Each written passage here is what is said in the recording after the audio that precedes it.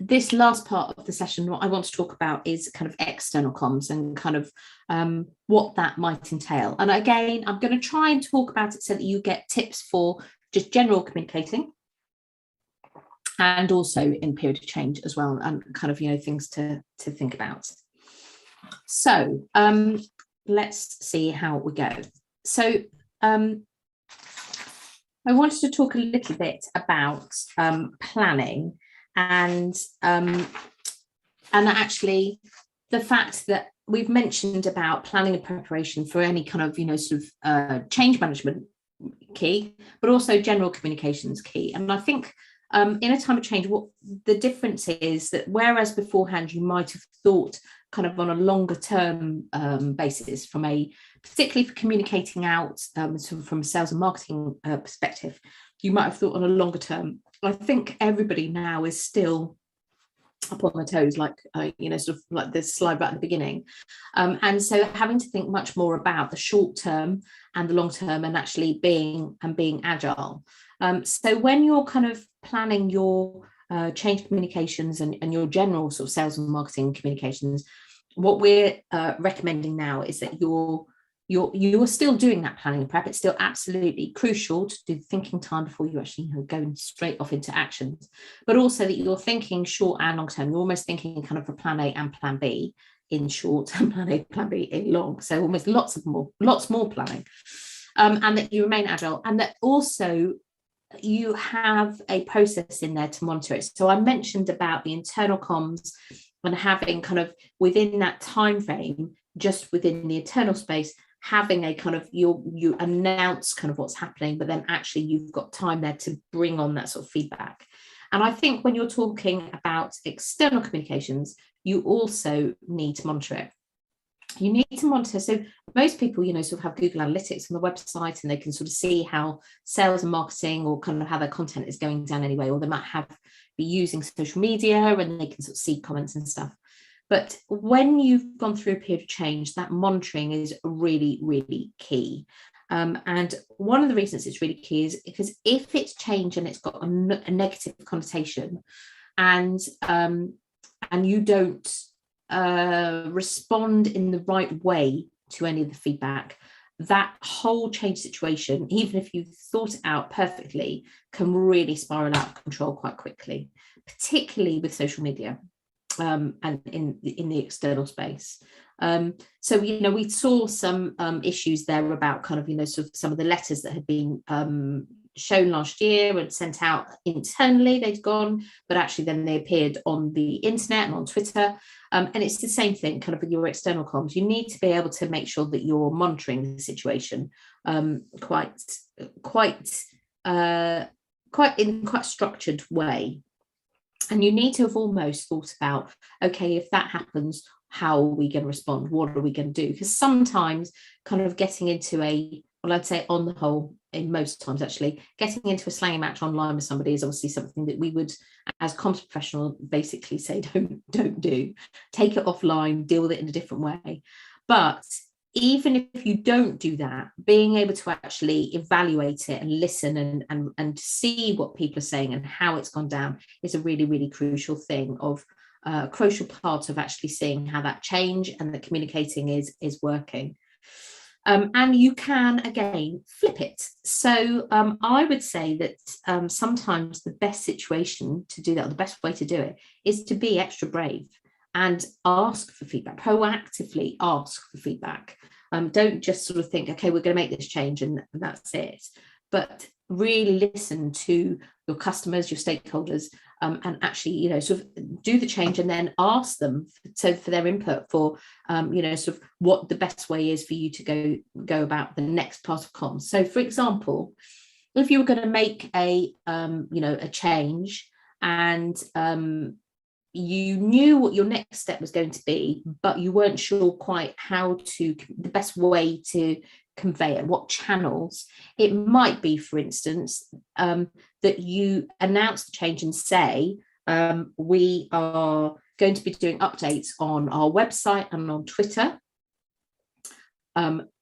Which one would you prefer, that we contact you on? And, So you're asking for that. Okay, yes, I would like to have updates, and this is how. But you're still feeling like you're asking them to be involved in that decision and that kind of that program of change with you and how you convey it. And so that can be a really good way to make sure that you're monitoring kind of how things are happening, but you're kind of pulling it and you've still got some sort of control. The other thing is to be flexible. So obviously, when you're going through a period of change, there's no point in making a decision, making it happen, and then just watching it go completely pear-shaped. That's not what you want, particularly from a comms point of view. So if you've done something and it's been misconstrued, or you've done something badly, and you have monitored it and you can see it's going badly, then don't just think, okay, it will just go badly for a bit and then that's it. That's not how comms works these days. If you're not basically on it, that communication, that story is going to be there and come back and bite you and come back and bite you. So don't be scared to be flexible and to have a look and think, well, I've done that and it's not quite going to plan. Okay, I'm going to fess up and I'm going to, we're going to go and we're going to adapt it. So for example, if you've done a campaign and you've used some language, for example, that's actually really offended people, don't just think, well, we've printed all that now, so we'll just leave it. Make sure that you listen, or you have a response, and that you go back to those people and say, we're sorry, it's been a difficult situation, but you show some empathy, you show some humanity, because that can sometimes have a really, really big impact. So I mentioned about the planning side of things, and I suppose particularly at the moment, there's still an awful lot of uncertainty about, how things are going in different, sort of areas. So in the UK at the moment, there's still there's exhibitions that are opening up and people are going to stuff, and I think that's great for everybody's feeling quite still okay about being out. I've had my booster jab this morning, things are moving, but actually in other territories, that's not necessarily the situation. And also, who knows how long this might last? Who knows, we might have some kind of, different variant of the virus that comes into play 2 weeks before Christmas and everything's all changed again. So really, when you're planning for two paths. You're planning for that, yes, this is where we're going. And the other path is you're planning for basically everything that could go wrong going wrong. That's why I would suggest if you go from that level, you will be prepared pretty much for every eventuality. And I think sometimes people are, particularly with change, they're too scared to go there. They don't really want to think about it. But actually, if from a communicating point of view, it's actually a really good exercise to sort of think, okay, let's go. What's the worst headline we could get? What's the worst thing that could happen here? Because you can move back from that. And again, sometimes that can turn on its head and be the best communications out, because it will make you think about how you should be saying something or what you should be saying, and what your kind of next call to action should be for it. So I'm just going to share this slide, which is one of the slides I use quite a lot when I'm doing talk about general sort of marketing strategy and customer journey and stuff like that. But actually, it's a really, really useful slide, particularly from a comms point of view in change, because again, communicating in a period of change externally, again, I think sometimes people don't realize it's such a big job. They think, okay, the change bit is really big. The communicating bit is we just need to get the news out there. But actually, that's not the case at all. And even when you think about it from a sort of general marketing point of view and how your brand is seen, there are many, many, many, many touch points that a customer might come into contact with you and with your brand that need to be updated, that still need to have that consistency to encourage that trust right across the board. And I think this slide is a really good one, because you've got in the awareness bit, the kind of new customers, people who perhaps don't know your brand and kind of what marketing channels they might see. Then as you get to consideration and purchase, you've got people who do know you, but what marketing channels they might see. And then when you get to kind of the service and loyalty, as in it's an existing customer, you get the marketing channels that they might see. And actually, it's quite a good thing to realise, crikey, okay, we're going to say about this change, we're going to communicate out what needs to be updated, first off, and then actually for that kind of knock-on effect for how you're communicating through a process of change, how many extra bits of work you need to be, how many bits of content you need to be creating and updating to ensure that they all change at the same time. Because the worst thing you want to do is okay, you're saying something on social media and you haven't updated your website, for example, or you've updated the website, but actually a customer newsletter has got something that's actually completely out of date and not relevant, because the first thing they're going to do is click there, have a look on the website and see something else that there's an inconsistent message. That's a bad marketing, bad comms. So I just think sometimes it's quite good to have something like this to actually think, hang on a second, where is my brand? Particularly if your business has been going for a little while, sort of, because you'll have things that you perhaps did a while ago that you wouldn't necessarily be using, but it's still there, or it's still online, that you might want to just be able to kind of manage or kind of update, particularly for the period of change. So you've got that consistency of message right across the board. And also I mentioned about, in the UK at the moment, things are starting to open up. There's, starting to do, and some Europe as well, we're talking to clients who are starting to go to shows and they're face-to-face rather than just being virtual. But actually, what I would suggest at the moment for this sort of period of change and pandemic, and also any other bit of changes, that you have a series of marketing and content and comms tools that work in the digital space and also in the face-to-face space. And even if you're thinking about it from those two camps, that you have covered off everything you need to. So for example, the messaging on your website, the messaging on your social might be handled, great, that's fine. But actually, if you've got an exhibition that you're going to, are the salespeople who are on the stand up to speed with what they're supposed to be saying? Is anybody who's talking to your partners aware of how the change might affect them? Because they need to be able to answer those questions. So doing, again, that prep work and having a think about how things will work within the digital space and also in the face-to-face sort of real life space, it sounds weird, traditional space, sort of actual face-to-face, needs to be consistent, needs to be managed, needs to be thought out, sort of right at the start. And I just think, again, this is particularly when we're talking about communications and we're talking about, or just generally, actually, when I first started working in comms 25 years ago, there was really no internet, and it was very easy to put a message out and how you'd manage it to get it, for example, in the media. There wasn't really an online space then, that old. But now, and this is a flight of a bumblebee, but I think it perfectly shows about how we shop now. And I mentioned right at the start about the change in consumer behaviour, and particularly, obviously, the pandemic with us all moving into the online space because we weren't allowed to leave our houses. You have that as well. So I think that having a think about the touch points that you have with your customer as your business, and how consistent, how easy they are to update, and the best way to manage them to make it as smooth as possible, is a really key thing. It's quite a complicated thing. It needs to be sort of managed well, and that's why it's so great to have a sort of project manager on board to basically coordinate this, because they can coordinate it from an internal point of view, but they can also coordinate it from an external point of view as well.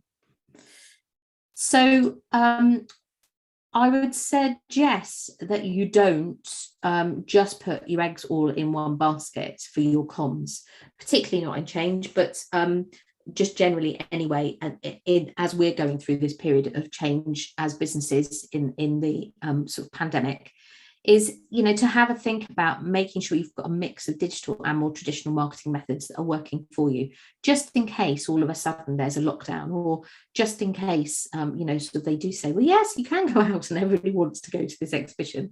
Have a think about that you're covered and that you've got backup. So when I was thinking about planning for the two paths, have a think about, in an ideal world, this is where we want to be. In an absolute, completely rubbish world, this is where we're going to be. And then try and come to some sort of happy medium that actually works within sort of both of those. And it might be that actually you scale back the activities that you do, so it's easier to manage if you know that you're going to find that difficult, and particularly if you're going to go through a period of change. That is a really key thing. So just to be able to say to people, we are going to be doing updates on this particular aspect of change here. This is where our update is going to be, to inform them and to really reinforce that, and to put signposting in place might be the easiest way for you to manage it. So just have that, think about that when you're actually doing all that sort of that prep work. Just generally for some good business channels generally, and to have a bit of a mix. And particularly, I think the pandemic showed this, and I don't think it's basically stopped. But your website obviously is key. One of the things that really astounded me in the pandemic was how many people didn't have something on their homepage saying we are open, or we are doing, this is how we've changed our business processes. So, don't use this, phone this if you want something. And also that they didn't necessarily have statements saying, we've got supply issues and, we're very sorry. There was no apology. And actually, I think just again, that human element of making people feel like, we're all in it together, or actually you're aware of kind of how annoying that is for me, can sometimes go some way to making that feeling not so cross. So website, really, really key. Social media, really key. LinkedIn and Twitter, I would say, within the business world are probably absolutely crucial. There's some people, obviously, if you've got visual stuff, there's Instagram, and also TikTok is obviously massively growing. It depends on your business as to kind of how that will work. What I would say is, no matter what channel you have, you need to make sure that the messaging is consistent right across the board. There's also other sort of media publications. So what I would say for that is, if you are using a PR team, they will help you manage that. And if they don't, then you really do need to speak to them or think of something using somebody else, because that is part of their job. That that is part of their remit of making sure that that communication is consistent. And they will also be able to help you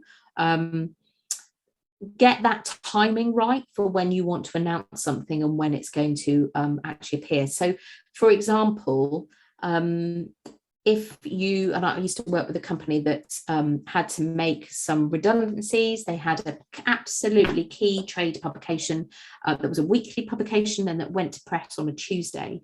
And we decided when we were going to actually announce that the fact that there was going to be some redundancies and why, so that it wasn't front page of news, but it was in the next issue, and there was enough there to not just highlight it as here's a negative news story, on the front page, but actually explain why and the business strategy and what was actually going to happen and what was in place for staff who are being made redundant. So there's different ways of controlling the story out, and so make sure that you've got that kind of well thought out beforehand, or get your PR team to help with that. And also then there's things like newsletters and emails. Make sure that, again, if you're handling change and there's a particular thing that you want people to do, that because the change is going to impact them, that you are signposting it. So you might change, for example, the footer on your email so that it says, we need to talk to you about this. If you haven't spoken to your account manager, please click here to make an appointment. And you might have kind of a link to a Calendly link or Calendar Hero or whatever. So, make sure that you are being proactive and you are signposting and you are being as upfront and transparent as you can be about things. And then the other thing on here is there's somebody on a phone. And I think one of the things that in our digital world, everybody's very happy sending off emails left, right and centre. But actually, even with Zoom, and I know we're on Zoom at the moment, but I think a lot of people are sort of zoomed out. They quite like just having an old school phone call, just being able to talk. And one of the things that we did as Padua in the pandemic was I just made a list of people that I thought they work on their own or they've got quite a niche business. I think they'll be hit. And every couple of days, I just went down my list and phoned people just to have a 5-minute chat, check in, just check they were okay. And I think little touches like that actually have a really, really big impact. So I think even now that things are getting, sort of there's face-to-face events and all the rest of it, don't lose sight that actually some people are still really feeling it. Their business has been massively hit. They might not have been able to do anything for 18 months. And so the cash flow might be really, really rubbish at the moment. And so basically, yeah, just reaching out and having some actual chats with people, and having that human element of the interaction and communication is really vital. So I just wanted to put on here, when we're doing content planning generally, we try and think of it from a story point of view. We think of it as a kind of a beginning, middle, and end. And actually, the reason that I thought this is quite a useful slide to have on is, when you're thinking about communications generally, good thing to do. But if you're thinking about a period of change, again, it's a story, it's a way of thinking about, okay, this is what's going to happen, then this is what's going to happen, and then at the end of it, this is what's going to happen. And then you don't leave people hanging with a kind of just a big statement of, we're doing things differently. That's it. So try and have a think about as a kind of, sort of a rolling, ongoing comms out as a story to your external customers, external partners. And generally, when you're thinking about marketing, if you've done kind of, sort of your marketing planning well, you're trying to tell those stories anyway, but you're trying to tell different types of stories for different audiences. So again, if you're going through your change process and you're saying that, you have got those different audiences, but you've got different ways that you might actually speak to them. And I just wanted to highlight something here from where it's sales and marketing, and that change element kind of probably is affected by change more than any others, because of the lead times that are used for campaigns and for kind of messaging out externally, for either to existing customers or to new potential customers. So I went to a talk a few years ago, and one of the speakers basically highlighted that Hugh Johnson, for PepsiCo CFO, had said any idiot can do short-term marketing, any idiot can do long-term, but the trick is to try and do both. And what we mean by that is actually you've got campaigns and marketing and content going out, generally communications that help build your brand, that are kind of a longer term. And then you might have kind of a sales quarter, you might have a campaign for this product is on sale and this is what we're pushing. The reason I've put this on here is to make you think about how, particularly with change and how things can be really impacted, the stuff that might already be in place, that you might need to kind of step back and think, hang on a second, that's about to run. What are we going to do about that? So I'm just going to give you an example of kind of how these long-term, short-term things work. Long-term stuff is kind of more like thought leadership pieces. You might be doing stuff around your brand with CSR or kind of, sort of social value programs. It's kind of more about your culture and about who you are as a business, and kind of how sustainable you are, and that kind of stuff. Your short term is literally your halo. It's more about this product or this solution. It costs this much. This is where you can get it from. And it generates kind of more sales now, but it's got less brand equity. If you can get them all working together, so you've got your favorite brands and you're always going to buy your products from them because those two things are so beautifully harnessed together, then that's your kind of, that's your gold status that you're looking for from a sort of marketing, content and communications process. An example of this is Dove. So this advert here is more of the short-term sales campaign. It's very much product focused. This bit here is more about sort of Dove as a business and what it thinks about actually its female target audience. So these two campaigns will have been planned out in different ways. They might have been thought about in different ways.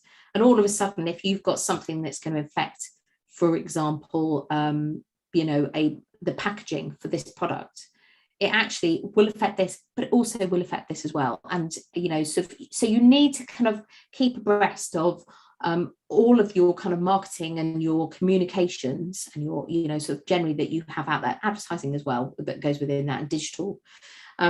So I always think it's actually quite a good thing to sort of think about from the slide I had with the customer journey. When you're thinking about what you've got planned, particularly if you're going to have something that's going to happen change-wise, what is the knock-on effect? Where is it going to affect?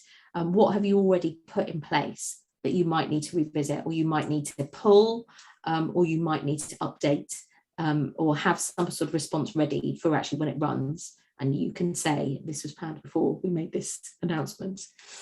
So just, sort of a bit, again, that preparation and that kind of time to be able to get it planned out is key. If you haven't done it, the monitoring bit, the kind of second bit of kind of checking, see how the temperature of things are going, will highlight that. And it means that actually then you can hopefully go back to your plan B of, okay, hang on a second, something's got a bit pear-shaped. What are we going to do to respond to it? So, and then I just wanted to talk a little bit about existing customers.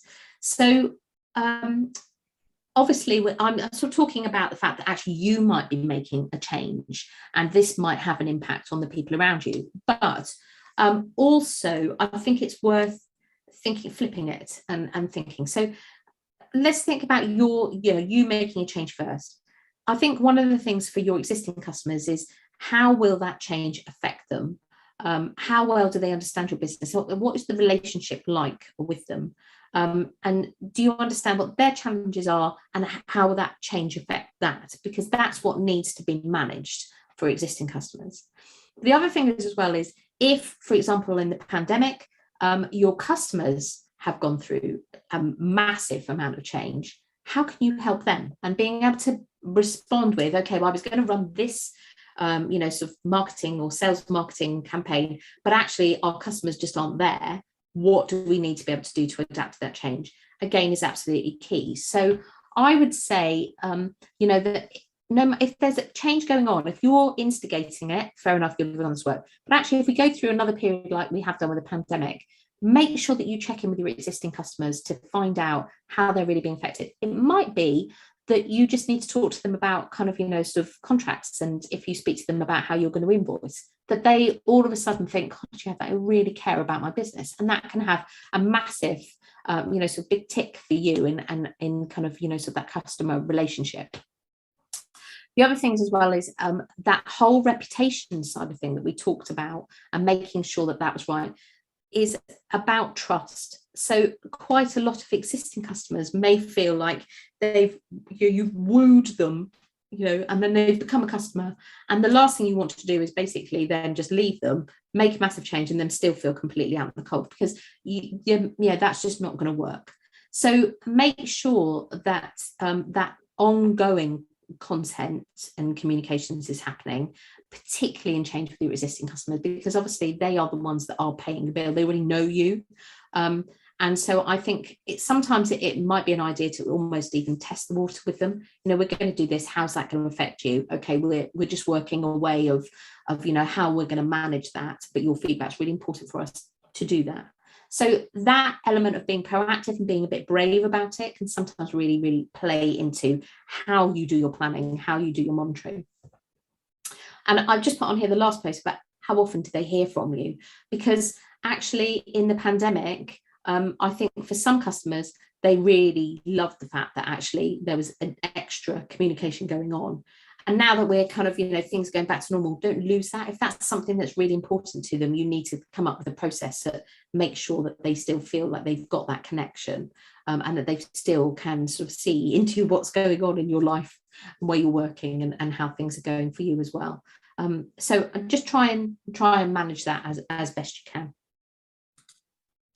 So in summary, change can be good.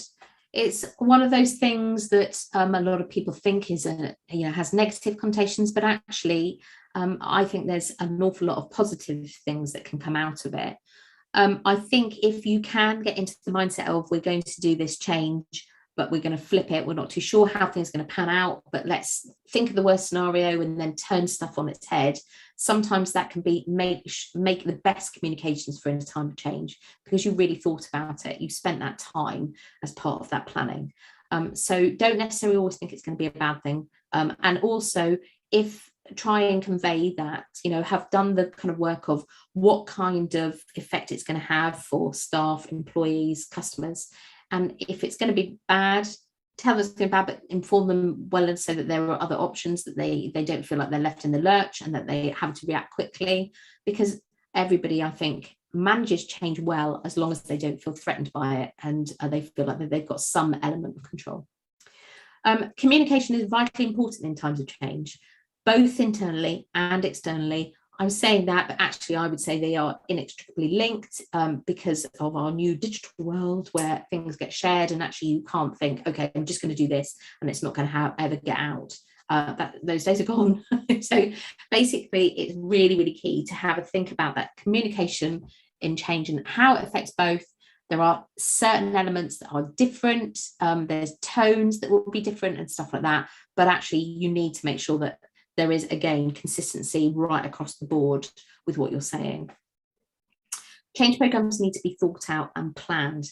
So don't just think, oh my God, we need to make this change and that it's going to happen. Take some time to really consider it. Consider what could go pear-shaped, what could go well, and sort of make sure that you're planning for lots of different scenarios. Change and the impact of change takes much longer than you think or that you realize.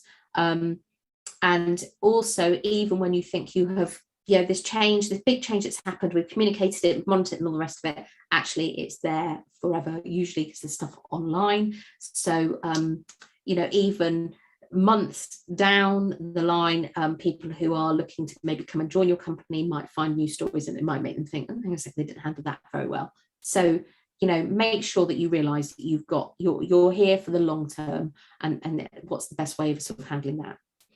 And change is moving, it doesn't stop. So work it into your business planning. So I would say, although we're talking about, sort of communicating in time to change happens all the time. I think if you get so that you're thinking kind of quite on your toes anyway, and you're thinking as an agile business, and particularly if you've learned how to be a bit more agile because of the pandemic, or for us, I think our thinking and our DNA was very much because we set up in the last recession, and so we set up in a time of change. We weren't really certain of anything. That basically you build that into your business planning. It just becomes part of your DNA, and that's a good thing to think about. It's not a negative thing. There is actually some really, really good positives from it. Make sure you monitor the situation. So how do you keep tabs? And I always think here as a good kind of, sort of reminder of this is in a PR crisis situation, and my background is PR, so I think it probably just comes from that. But those that keep on top of the crisis are great, but those that communicate well through it do even better at the end of it when they come back. There's the change element, but the communication side of it, and how effectively you are communicating what is going on with that change, whether it be a crisis or a good thing, is actually really, really, sort of fundamental to that kind of how people feel about your brand. And don't lose sight of the situation, because even when you think it's sorted, there is often a ripple effect. So don't just think, ta-da, hurrah, we've done that, and that's it. We don't need to think about it anymore. Make sure that you are monitoring it and that you're aware of it, and it's a longer term plan for you. Even if it is when you're doing your business planning, every quarter you have a kind of, okay, change, that big change happened, let's just check in with where we are. Is it how having the effect that we thought? You would think about that from a kind of business strategy point of view anyway, but just think about it from a kind of taking the temperature of your kind of existing customers, potential, sort of customers and staff as well. Make sure that you're planning for 2 paths, as we mentioned. So kind of this is our perfect, everything's, we're going to make this change, or we're going to go through this period of change, and this is everything that's going to go swimmingly. And oh my God, everything has gone completely horribly wrong. And make sure that you've got both of them thought out, because you'll find that actually by taking elements of both of them, blending together, you'll come up with a really comprehensive comms program for that change. And particularly if you're looking at it for those different audiences as well, you'll make sure that actually your messaging is consistent, and that's really what you want.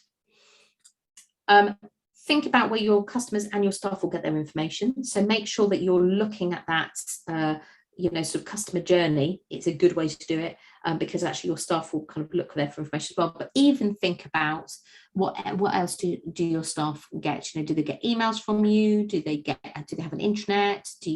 We did have some stuff where we worked with a project on the NHS, and actually we did their communications through, so that when they got their payslip, they had their printed payslip, they had something in it.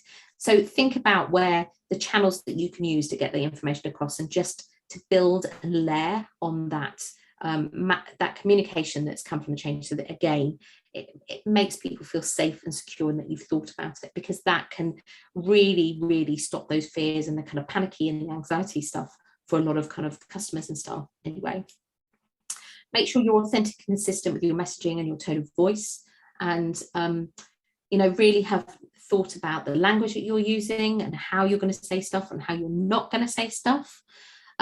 Make sure you realize that it's an ongoing thing, that it's change just happens all the time. Okay, you might have something that is going to be a big physical or dynamic change within your business, but generally change within communication and your business transformation, it just happens. I think probably the best example of that is when you set up a business and you do that, great, you put everything together, but then actually 2 years down the line, all of the messaging that you have will be out of date because your business will have evolved. And so it's an ongoing, sort of job, the whole kind of communicating and change. And then you have the elements of actual this changing situation that needs to be sort of fed into it. And what learnings can we have from the pandemic? Well, I think the pandemic has been the biggest period of change in our lifetimes, and it's on a global scale. I think we've done some amazing things. I think everybody has realised that they are a lot more resilient than they perhaps thought they were. And I also think that everybody is a bit more aware of how change affects them, how communication in a changing time affects them and makes them feel, and what they want. And communication has been absolutely key for how people feel about how much control they have over a situation or how they feel generally about the environment that they're in. And the bar, I would say, has been set very high. It's taken a while to get there, particularly for some of the comms that came out of the UK, particularly right at the start from the government. I think, could have been a lot better, but we're working on it. It's all good. But the bar is set very high. And what I mean by that is, I think every individual that has gone through the pandemic has been very self-aware, has become very self-aware of how they are affected by change, how they feel in changing situations, and what they need to know. And they are a little bit braver about asking questions about what they want to know, what's going to affect them.